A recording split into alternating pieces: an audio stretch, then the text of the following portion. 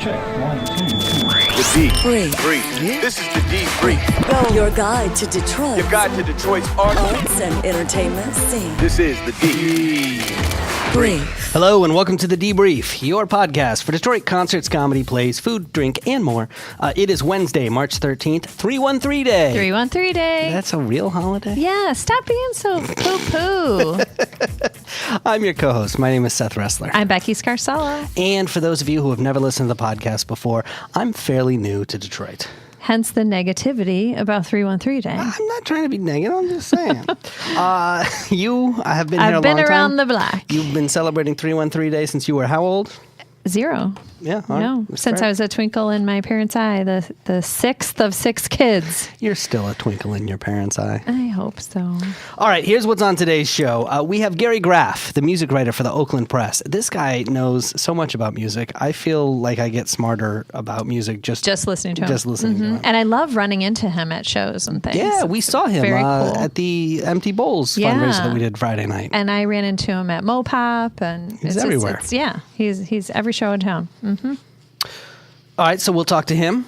And I'm going to tell you about a Detroit Tiger who's helping girls in Uganda. Also, Broadway in Detroit just announced the 2019-2020 season. We'll tell you what's in store. And on Friday, we're going to be talking to Dan Riley of Axel Brewing in Livernois Tap, all about the brewing operation there and their great food and art and everything they got going on there in Ferndale. All right, let's get into it and meet today's guest co-host. This is the D Brief. Detroit. On the show today, we have a comedian. He's appeared on Gilda's Laugh Fest as well as the Border City Comedy Festival. He's performed with the likes of Dave Landau, who we've had on the show. Yes. Also Joe Mackey and Rocky Laporte. And on March 23rd, you can catch him at Giannotti's Theater in Novi. Please welcome to the show, Paolo Busignani. Welcome Hi, guys. back. Thank you for having me. Welcome sir. back. We're excited to have you here. Yeah. So I wanted to talk to you about, I know we talked a little bit about your Italian heritage Sure. and how it informs a lot of your comedy routines. You also grew up Catholic, I'm Oh, assuming. yes, I did. So I'm wondering how much you delve into that as far as your comedy goes. That's probably one of my better bits is growing up Catholic. It's about I don't swear too much in my material. And I don't even hit too much of the Catholic Church, but I just do talk about what we have to go through and how the priests, they perform miracles in church. And one of the miracles, I could never understand how the priest could take an hour and turn it into an eternity. Yes. Because he would just drag it on like, oh, righty then.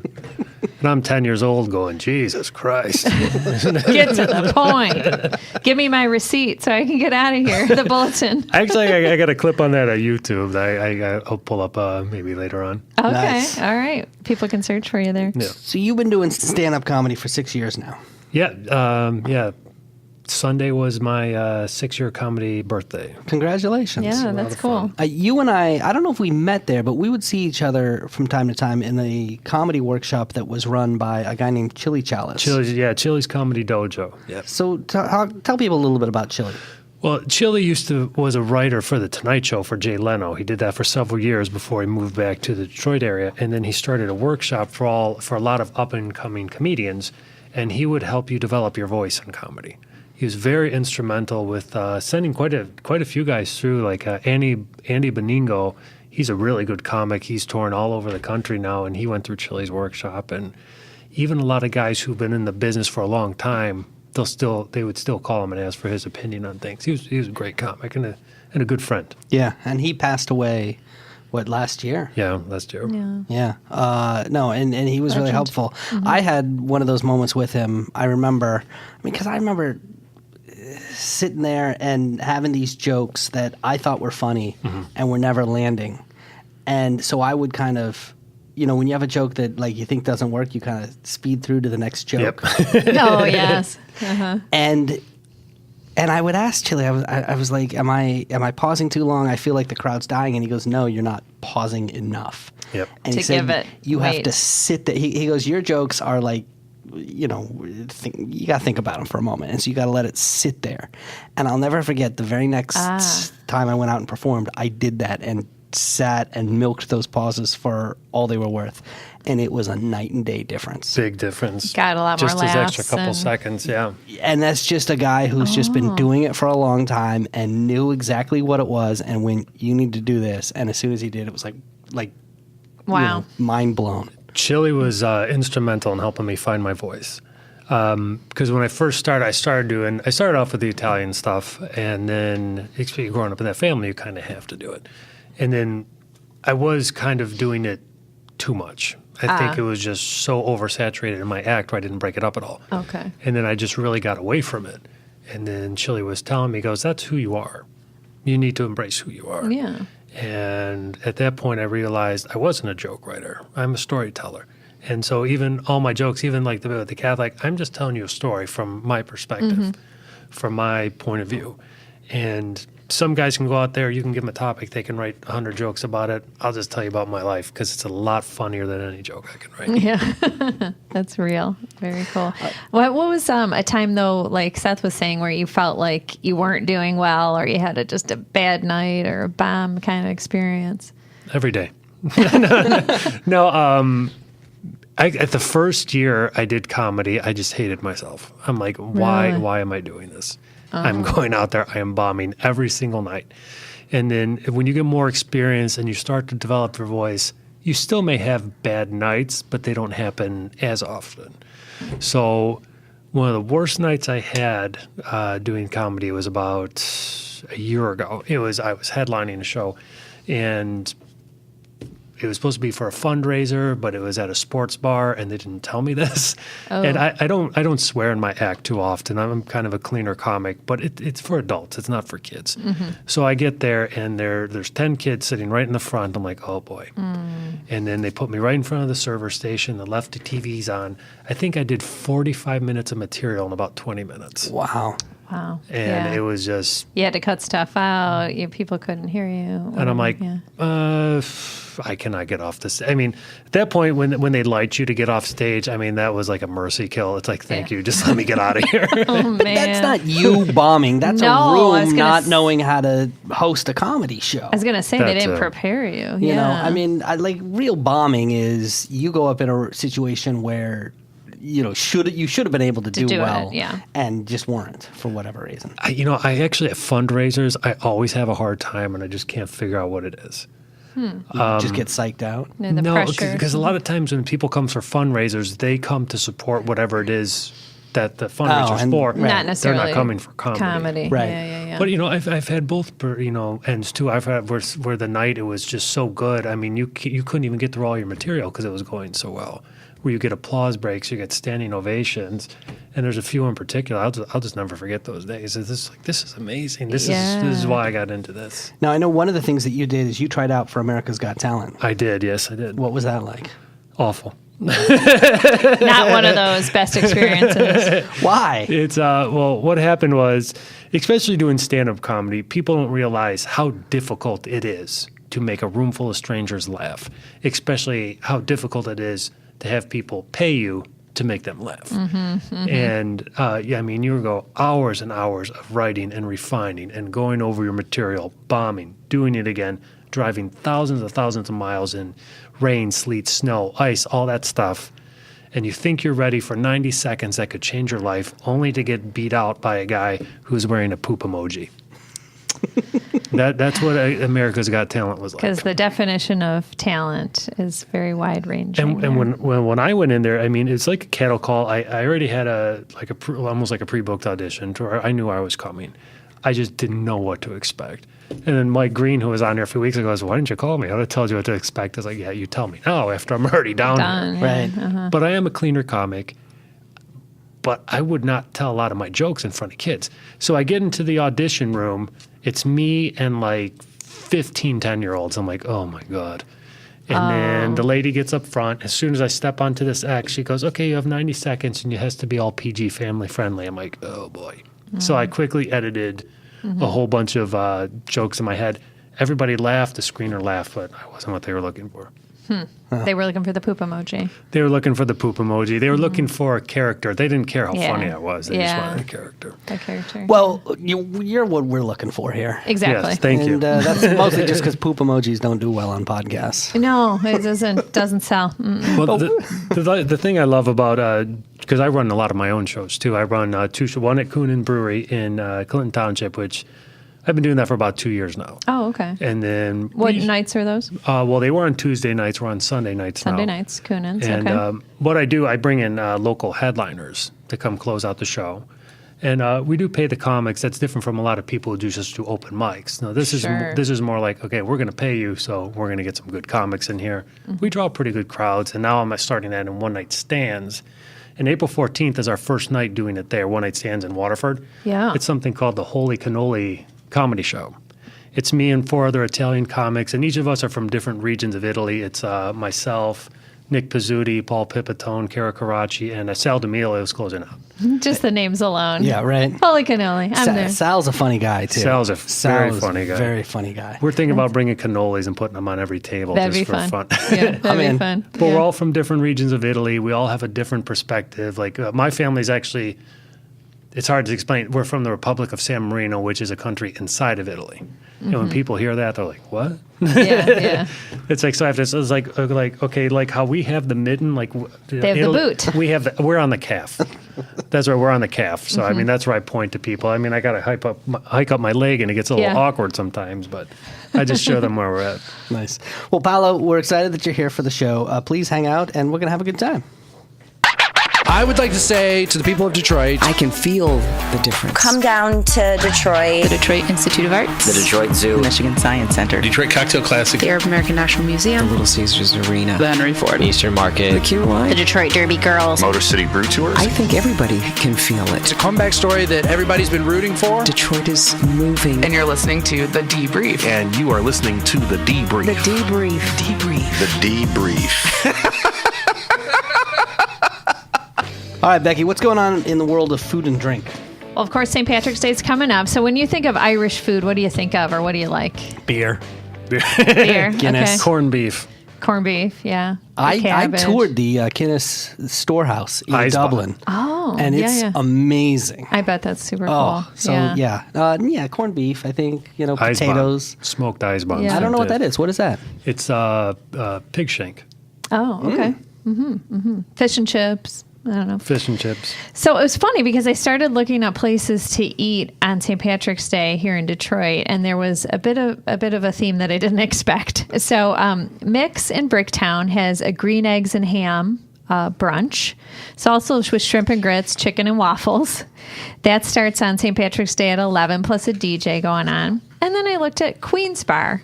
Wait, back up. Shrimp Yeah. and grits and chicken and waffles? Yeah, and green eggs and ham. So the only Irishy thing is the green eggs, I thought. It's not served to you by a guy named Sam I Am, is it? I'm hoping it is, because that would be really fun. He chases you all around trying to get you to eat the green eggs and ham. Yes, as you refuse again and again. So then I saw Queen's Bar has a green eggs and yams brunch with also shrimp and grits and chicken and waffles. What? So I guess this is like the Irish Detroit version. So yeah, and there was probably 5 places I looked up that had this sort of thing. Yeah. What is it called when two comics independently come up with the same joke? Oh. It's Parallel thought. That's Sure. what's happening here with the chefs. Yeah. They all came up with the same joke, and they all decided to implement it. Yeah, so that's what it is. But lots of places. So I just want to encourage people to go eat on St. Patrick's Day because you need something to soak up all those drinks.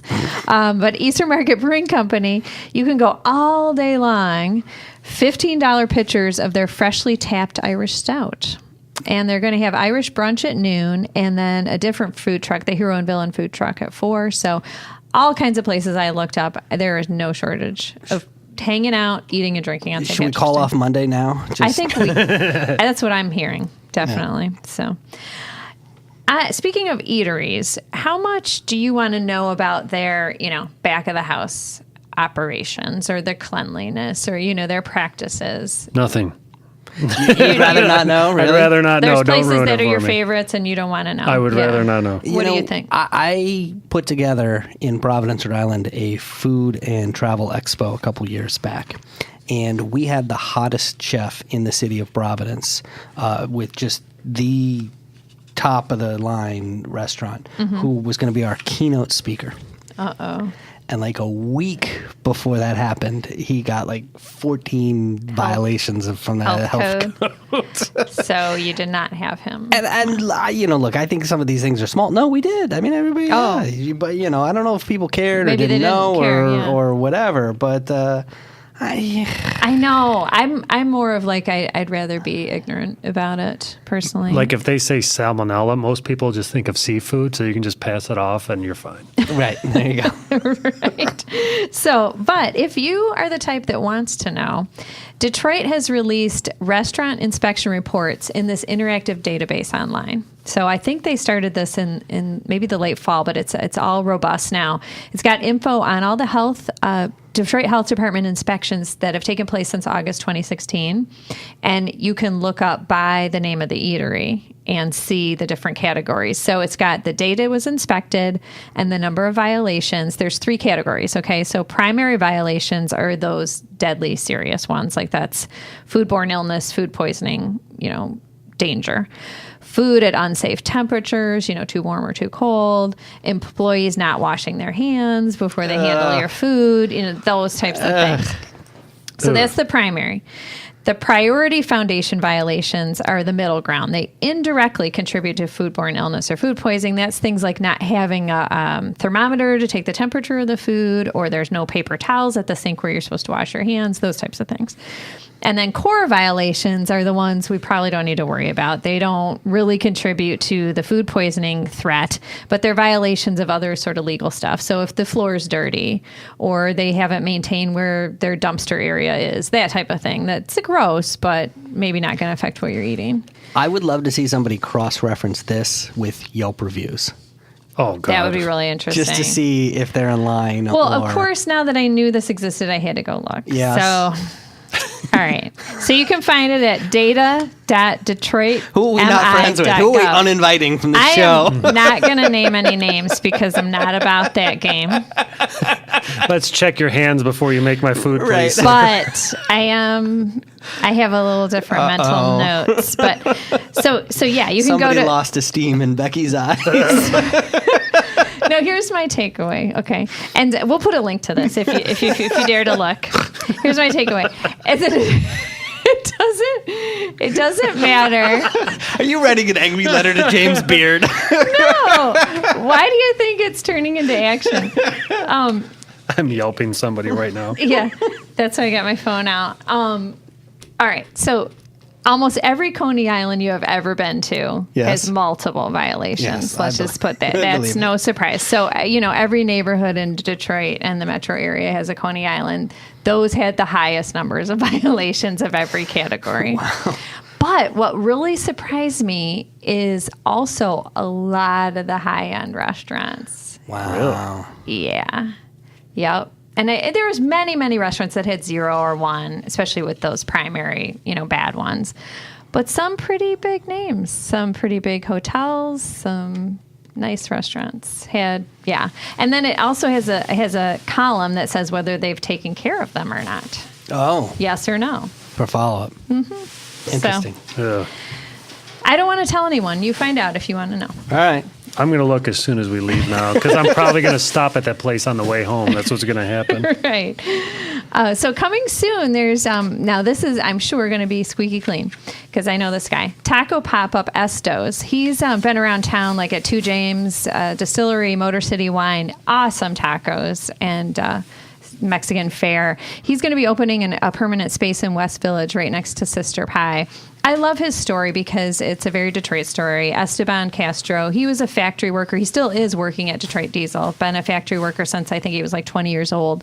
But has always made tacos and other food for family and friends and then these pop-ups. And it's just been a dream of his. So he's busy gathering funding. He's learning a bunch, going to the Build Institute and getting everything in place. And he hopes to open full-time at the end of 2019. So look out for that. There's also a revamp of the bar inside the Fort Street Galley. That's that downtown Detroit food hall that's only been open about 3 months. They're already revamping the bar. Is that a good sign? No, I think it is because they decided, you know what, this can be a cool bar in and of itself. So they're calling it Magpie, so it has its own like identity, and it'll now stay open later than the food hall to kind of compete with the other drinking establishments downtown. So I think the food hall closes at like 10 o'clock. So this will be open midnight, 2 a.m. on the weekends, and it has a really cool drink menu and curtains that can be closed around it, so it kind of becomes a more intimate space. So the manager there is Marlo Johnson. He was kind of picked over from Candy Bar. So he was at Candy Bar recently, Standby before that. And you'll like this, Seth. Lots of different draft cocktails as well as made-to-order ones. They got cool names with tons of crazy ingredients. Draft cocktails meaning that they're putting in their draft handle. Yes, exactly. I've seen. This is something I've only seen recently. I don't know how long this has new, been going on. I think it's a newer trend. And they usually have low ABV if they come out of the draft. Yeah. Really? Yeah. So here's some of the names. Ultra Light Beam, Text My Ex, and Doves in the Wind. Text by X doesn't sound low alcohol. That sounds like it made. That one has more alcohol. That sounds like it's made with bitters. I don't know why. Yeah. This is the D. All right, Becky, Paolo, we have a number of people that we have call in to the show from time to time because they are experts in an area. They just know more than we do, really, Right. is what's going on. Yes, the best of the best. Yes, absolutely. And that describes this guy right here. He is a music writer for the Oakland Press. He's also contributed to a number of other publications, including Billboard, the New York Times, and more. We've had him on the show a number of times. Gary Graff, welcome back. How are you, Gary? Nice to be here. You guys look marvelous today. So do you. Thank you. We actually, if you only knew, we did see you last week. We were all you did hanging out see together. me. We were all ladling soup. Yes, right at the Empty Bowls event at Eastern Market. Yes. Yes. Finally got the burns are starting to recede from my hands. So. What kind of soup did you have? I had chicken lemon rice soup. I had the only normal soup there. It's a classic. So I went through four big containers of that soup because you could just see the people walk by after looking at all the foofy vegan and vegetarian and chilies and this and that, and it's like chicken lemon rice soup. It's normal. Give me something. It has real meat in it. Give it to me. Yeah, we had the miso with tofu. So. Yes, in an animal broth. See what I mean? Yeah. See what I mean? It was animal broth, so we had to explain which animal. Yeah. Oh Lord. Mm-hmm. Well, Gary, let's talk about a story that you actually just broke about Alice Cooper. What's going on with him? He is in Detroit this week, recording at a local studio and making what he says will be very much a Detroit album. He and his producer, Bob Ezrin, they actually started this last fall. They asked a number of people for recommendations about, I guess, younger Detroit talent, who's making music in Detroit rock music, because that's what they wanted to do. Alice Cooper, Brief History Lesson, made its first two albums. Alice Cooper was a band back then, and then that didn't really go anywhere, so they moved back to Detroit. This is where Alice is from originally. He brought the band here from Los Angeles, and it was here in Detroit that they conceived Love It to Death and I'm 18, and basically what became the breakthrough album for Alice Cooper. So they're trying to capture some of that lightning in the bottle. He did let on some of the people he and Bob Ezrin, the producer, will be working with. Said Johnny B. Badanjek, who, of course, drummer for the Detroit Wheels, the Rockets, played with Alice for a number of years, also Edgar Winter and Nils Lofgren. He said he'll be doing some of the sessions. Said he's been in contact with Suzi Quatro about doing something. Apparently cornered Bob Seger when Seger and the Silver Bullet Band played in Phoenix, which is where Alex lives now, and at least Alice told me that he got a promise from Seger to do something on this album. So there are others who are rumored to be part of it, some mostly veteran Detroit rockers, and we'll see. We'll see how it comes out. He said it's likely to be an EP before his summer tour, which stops on July 20th, plays out at the DT Energy Music Theater with Hailstorm, and then maybe a full-scale album in 2020.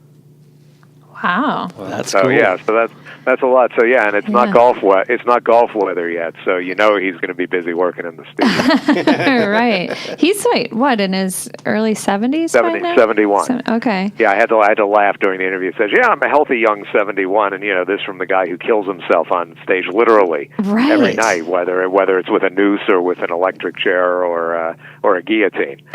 Wow. But maybe that's what keeps you healthy. I guess getting killed so. on stage. Living on the edge. Yeah. What doesn't kill you makes you stronger. That Right. makes sense. I guess so. Yeah. So, hey, speaking of Detroit rock, we have a new rock station in town. It's actually an old rock station. Right. 106.7, which had been an alternative station, I don't know, about a year or so, has now flipped to Wheels. Right. And I kind of want to get your take on this. Well, it's interesting. I mean, this is in a way near and dear to me. The first radio station I heard, just by chance, driving into Detroit in 1982, was Wheels, which had only recently signed on the air. And ever since then, just out of whatever OCD or superstition or whatever, 98.7 has been my default setting. That's what it was back then. Has been my default setting on my car radio.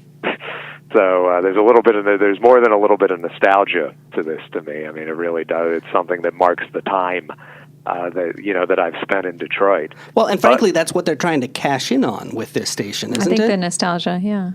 Yeah, well, they're trying to use those call letters, but what I find interesting about their musical mix is they are really straddling the line between WRIF and WCSX, and to a degree WOMC. I mean, it's classic sounding rock and roll, but with a lot of more contemporary rock and roll. I forget whether new classic is part of their hook, but it's basically making the case that a lot of the 90s rock especially is now part of the classic rock world. Heritage rock, if we don't want to use the term. I heard a classic production rock. element that said Detroit's classic rock into a Blink-182 song, and I've never felt so old in my entire life. Well, that's it. That's it now, and especially in a landscape where rock's impact seems to be receding at least a bit. I would argue that it's not, but it's certainly not at the forefront like pop and hip hop and other genres are. But then that does make the Soundgardens and the Pearl Jams and the Blink-182s and even the My Chemical Romances, and it makes that all part of the heritage brand. Well, now, which is really interesting. I am a radio guy. But I'm not a Detroit guy. I'm fairly new to town. My understanding is that this is a rock town. There were once 4 rock radio stations here, and yet it's never been a really strong alternative market here. I mean, you kind of have at 89X, but they were out of Canada, and why did alternative rock not work? Alternative has struggled because this is a meat and potatoes rock town. If we want alternative rock, we want it to sound like Pearl Jam and Soundgarden and Nirvana. We want the guitars to be big. We want the drums to be heavy. We don't want the singers to be too nasally. We want a higher level of testosterone than what is usually considered alternative. It's just it's the kick out the jams mentality, if you will. The Grateful Dead had a really hard time breaking into the Detroit market because of that. It was this noodly little jam band. Even if it was iconic, elsewhere in Detroit, it just wasn't what worked here. This is a factory town. It still has a blue-collar mentality, even if it's not the same kind of blue-collar town it once was, at least on the rock side. Was there ever a rock station here that would have played like The Cure or The Smiths or Depeche Mode in current rotation, or did Detroit kind of miss that? That was 89. There were a couple that tried it. There was somebody took the WABX call letters and put it back on the air, and they threw a little bit of REM and The Cure and those acts on there, and that didn't last long for a number of reasons, not all of which had to do with the music mix, but some operational issues that they had at that station. But mostly, that's really been the alternative has been the purview of college radio around here, Canadian radio, Canadian college radio, for that matter, and not really mainstream Detroit stations, Detroit rock stations. All right. Let's also talk about what's going on with AEG and the Masonic Temple. Yeah, that's they've been AEG is of course we're so used to talking about Live Nation. AEG are the other guys, and believe me, they're a player out there.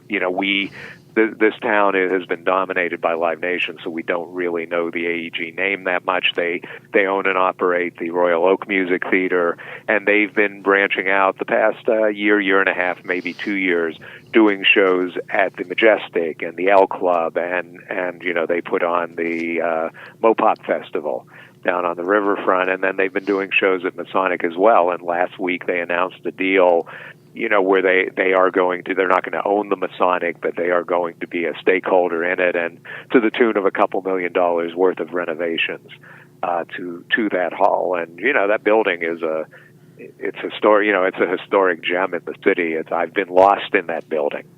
When you start to get up into the upper floors where you're not sure where the staircase or the elevator is, or they strangely seem to disappear even though you knew they were there. It was never finished completely. It's that kind of building, it's freaking haunted. I mean, there's all the spirits of dead Masons running around that building. And, Jack White put some money into it as well. You have the Jack White Theater in there, and now AEG is going to come in and kind of make that its home and put some money into it, and I think it's going to be really interesting to see what it looks like. Now, they've got enough rooms in there. Surely they could dedicate one to stand-up comedy, right? Oh, they could donate a big room to stand-up comedy. I think they could do that. And I think they will take that. They will take that under advisement, even if they're flipping the bird at their computer right now as they listen. They've got derby girls in there. They have roller derby, and they've done some comedy there before. There's been talk over the years, it's been like the gang that can't shoot straight, either owning or running the Masonic, and there's been talk about a little blues room in there, or a jazz room, or a comedy room. Now you have a big ass company running the place, and one that knows what it's doing. So I think you're going to see a lot of, and AEG is a clever creative company, so I think you're going to see a lot of substantial programming there. Nice. Last thing I want to ask you about is something that I know is near and dear to your heart. It's a project that you work very, very hard on throughout the year. That's the Detroit Music Awards. Those are coming up. What stage are we at with it right now? The tickets are on sale for April 26th at the Fillmore Detroit, the 28th annual Detroit Music Award. There is a lineup, and it will be announced soon. We're dotting a couple I's and crossing T's, but something I can share, because it has been shared, is two of our Distinguished Achievement Award recipients this year are going to be John Sinclair, who of course is the poet laureate of Detroit, and a blues artist as well. And he'll not only be receiving the award, but playing with his Blues Scholars Band and the RFD Boys out of Ann Arbor, bluegrass group celebrating 50 years this year. That's 50. Wow. And still playing as hot as any pickers you'll find anywhere else in the country. They'll be performing as well. We'll have a number of other performers. We've started a relationship with Music Town, where we're going to be holding showcases. There will be a blues showcase on March 27th, as well as an Americana showcase on April 10, and the pre-party, the pre-award ceremony for the music awards will be in Music Town on April 26th. Makes me wonder, has Alice Cooper thought about bringing in some bluegrass musicians for his next album? He may be listening to this right now because he arrived this afternoon, and the lightning bolt may have gone off. And who wants to wager me on that one? We want credits in the liner notes. Yes. There you go. All right, Gary Graff, thank you so much for calling in. We really appreciate it, and sharing all your wisdom and your knowledge. People can read your column in the Oakland Press, and the Detroit Music Awards, once again, you said April, what's the date? April 26th at the Fillmore Detroit. And keep your eyes on Detroit Music Awards. All our social media will have updates. Possibly when somebody is listening to this, something will just pop up on their screen. Awesome. Thanks, Gary. All right, you guys have a great day. The Debrief. So, Paolo, Becky and I have this thing that we've started because we're now about 120 episodes into this podcast. And you can see this podcast is a lot of work. Oh, yeah, it is. I mean, there's moving pieces here and the whole thing. Lots of things. It is not for the faint of heart. It's not. And yet we've had so many people from the Detroit arts and entertainment scene come on the podcast that we've interviewed, and they all say the same thing at the end. I want to start a podcast. I think I should start a podcast. I really don't know how to start, but it's in my mind. You're an artist. I mean, you ever think about doing something like that as a way to keep in touch with fans when they can't come out and see you in the comedy club? I'd love to do something like that, yeah. That was exactly the idea. Yeah, audio is so personal and intimate and really a great way to connect with people. They can listen to it in their car, when they're getting ready, making dinner. And we think it makes sense for arts and entertainment organizations in particular, because these are people who are passionate fans. They love the museum, they love the theater, they love the comedy club, whatever it might be, the restaurant.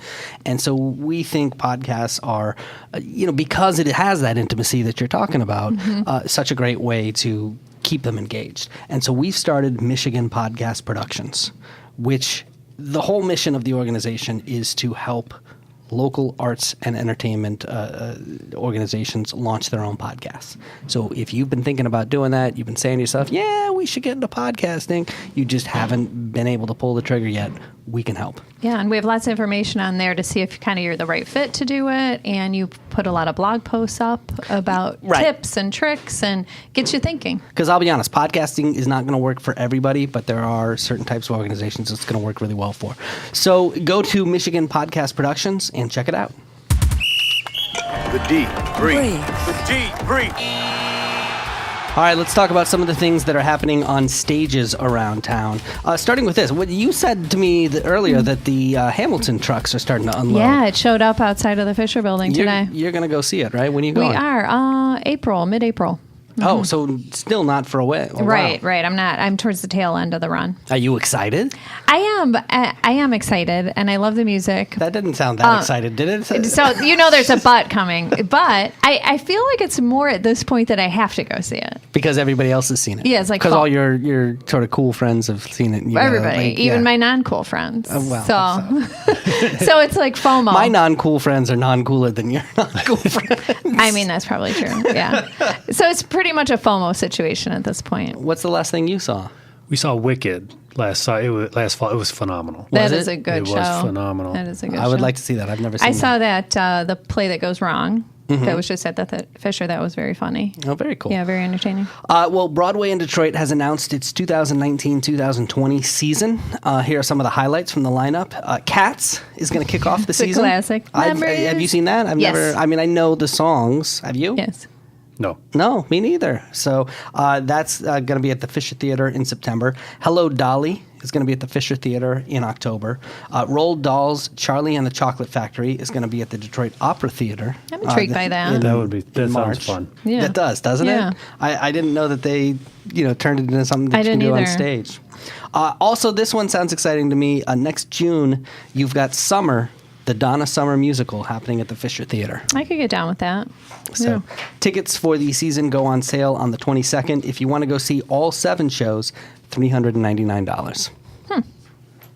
Paolo, you're as a comedian, you ever have to do roasts? We've done it for fun a few times, like at some of the venues. And roast, that's a special type of talent. I bet. Because you have to be able to think very, very quickly. And you have to be able to just find something. You get to be a bully for a little while. That's the fun part about that. You just get to I feel like pick apart somebody. There's a fine line, though, right? Between like being funny and sarcastic and like harsh, but not like a total jerk. You can be mean and be funny, but some people are just mean and rude, and that's not the same thing. It's best left to comics. Really? Yeah. It takes a certain time. I could see that. Do you think you could do it? No, I think I'd be just too nice or like a real jerk. Honestly, the people we're meanest to are our friends. Why do you think that is? Because we love each other. That's why. It's like teasing, right? Like you teasing. only tease the people you love. And especially like when one of them does has a milestone birthday, like a 40th or 50th birthday, or they're going out to Los Angeles or New York, we usually will do a roast. And you'll find probably about 7 or 8 of the comedian's friends, and we'll just destroy them. Have you ever been roasted? I think it would be hard to just sit there be and the take one it. taking it. It's fun. It's actually a lot of fun. Because some of especially the comics, they are so creative with some of the things. They will just find one thing about you and just hammer it. Go course, nuts. it's my ears. Nice. They just, I can see that. That's the first thing they go after. They go after the ears, the nose, Okay. Yeah. everything. Wow. I don't know. So there's a roast battle coming to town Saturday night, but there's a catch. This one is in drag. This is Haters Roast, the Shady Tour that's happening at Music Hall. This is featuring contestants from RuPaul's Drag Race that happens on VH1. So you've got Thorny Thor, Mimi I'm First. I love that name. Maybe I'm first. Lady Bunny, Manila Luzon, Latrice Royal, and William all going to be roasting each other. Just William. Yeah, just William. Just William.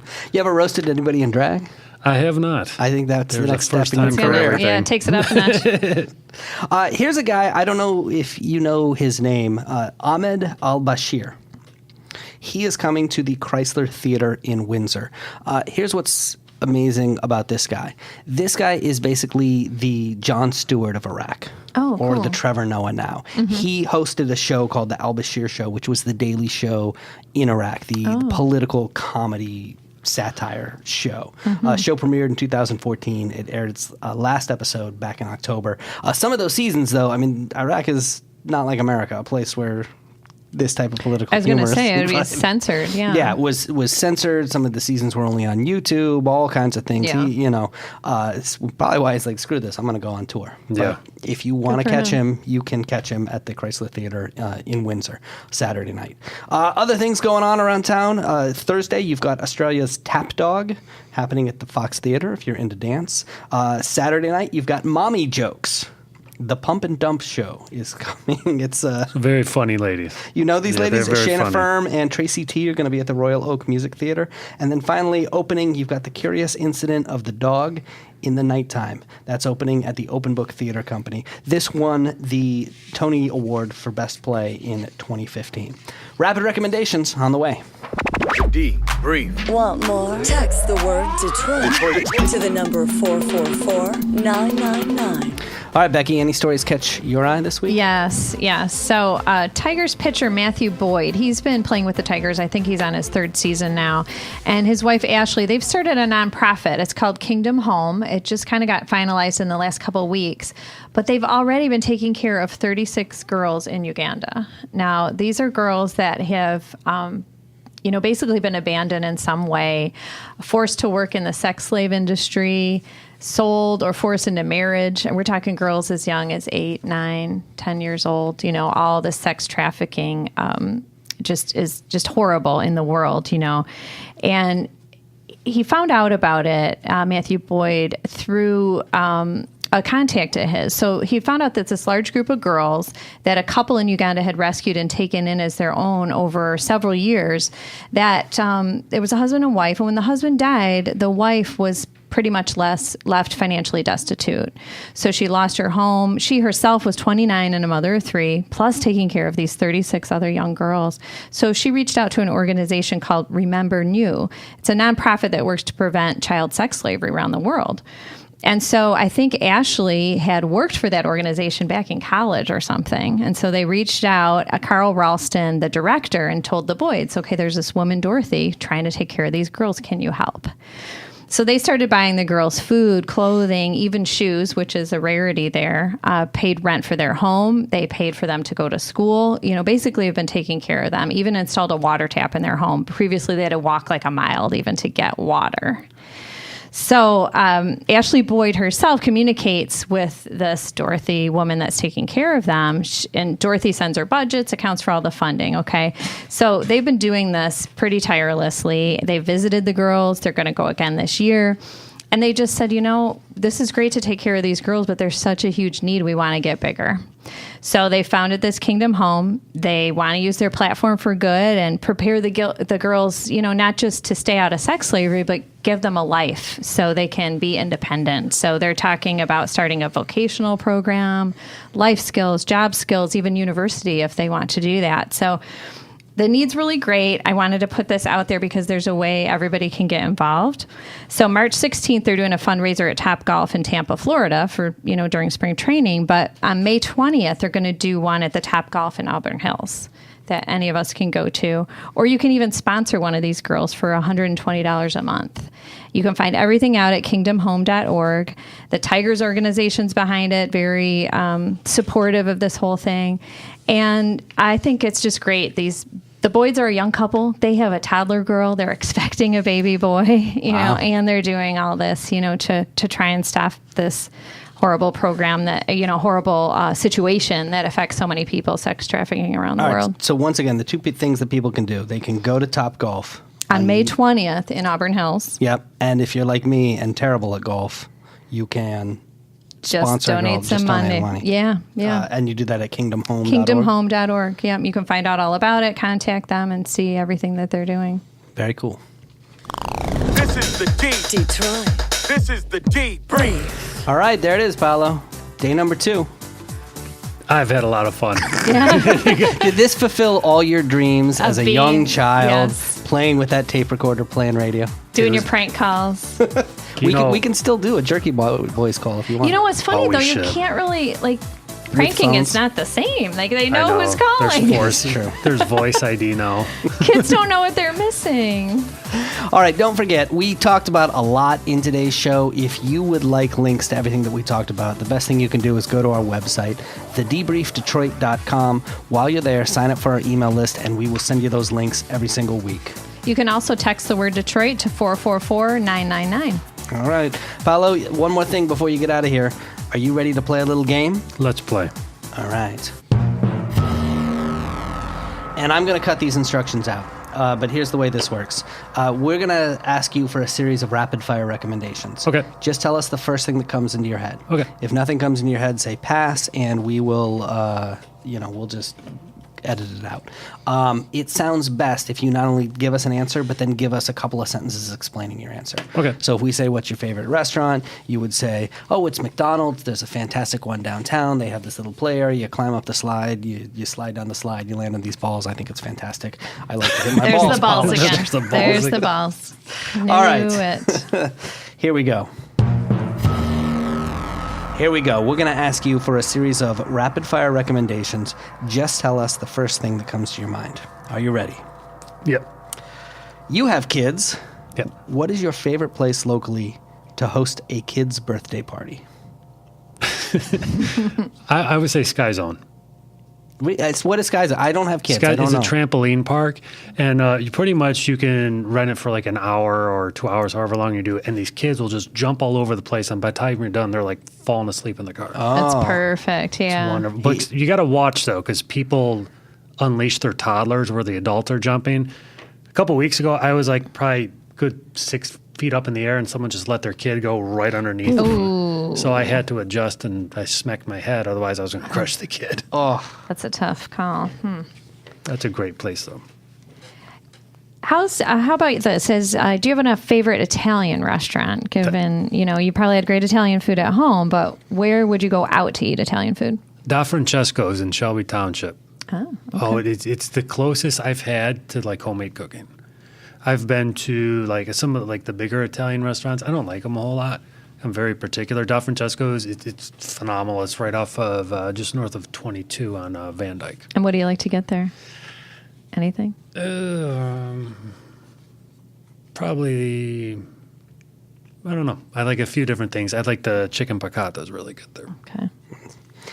do you have a favorite locally made TV commercial of all time? The old Detroit Zoo commercials. Those were always my favorite growing up. I don't know what those were. It's What like, happened to those? I want to talk to my agent. Let me talk to your agent. Those are phenomenal. Yes. They'd give voices to all the animals. Nice. It's my line. I can't remember my lines ever. Yeah. Ba ba ba ba ba ba ba boo. You should Google them. They're I will. really fun. They must be on YouTube. I'll go They check them are. out. Yeah. What's your favorite way to spend a sunny day in Detroit? I'm trying to think sun. A sunny day in downtown Detroit, Belle Isle. Belle Isle is my favorite place, especially for how it is now. I mean, you can. I took my kids there last year. We went fishing. We went to the parks. We fed the deer. We next year we're going to do the kayak trips. It's a great place to go. Yeah, the kayaking is really cool there. Thanks. Have you ever had a favorite local radio DJ? I used to like Ann Carlini a lot. Ah. She was on WRF. I really liked her a lot. Yeah, she was really good. What's your favorite moment in Detroit history that if you could, you'd go back to? Favorite moment in Detroit history? Anything? Mm-hmm.